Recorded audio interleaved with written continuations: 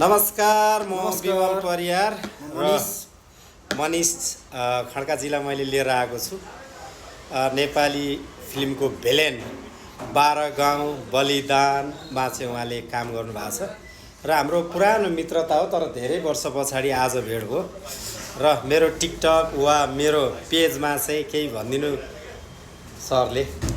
सम्पूर्णमा नमस्कार, म मनिष खड्काको तर्फबाट आज हाम्रो विमल दाईसँग चाहिँ धेरै वर्षपछि आज भेट भयो। दाई भर्खरै कतारबाट यहाँ अहिले नेपाल आउनु भएको छ र आज हामी मेरो आफ्नै रेस्टुरेन्टमा हामी छौँ। दाईसँग हामी कफी खाँदै गफ पनि गरिरहेका छौँ र बलिदानको बारेमा अहिले धमाधम लागिरहेछ। बलिदान मुभी अस्ति हाम्रो 10 तारिखको फुलपातीमा लाग्यो होइन, अहिले पनि चलिरहेछ।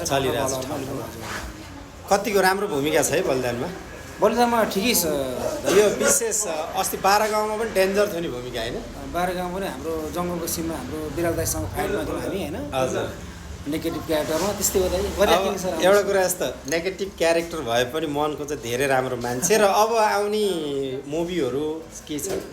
अब आउने सिरियलहरू कुराकानी भइरहेछ मुभीहरूमा होइन। सिरियलहरू त मैले अब कान्छी होइन, नेपाली सिरियल कान्छी, अनि अब अहिले गोठालो हाम्रो होइन, अनि सौतेनियामा अब हाम्रो नयाँ एउटा लन्च भइरहेछ हाम्रो मेरी स्वास्नीको कोही भन्ने। मेरी स्वास्नीको बहुत राम्रो शीर्षक रहेछ। त्यो चाहिँ तपाईँको एउटा होइन नाम झट्ट सुन्दाखेरि चाहिँ अलिकति भयो पनि तपाईँको, तर राम्रो छ अहिले यसको ल एकदम राम्रो कार्य र काम गर्दै जानु। अत्यन्तै नेपाली दर्शकहरूले मन पनि पराउनु भएको छ हजुरलाई है भन्दै ल बिदा पाऊँ है आजलाई। ल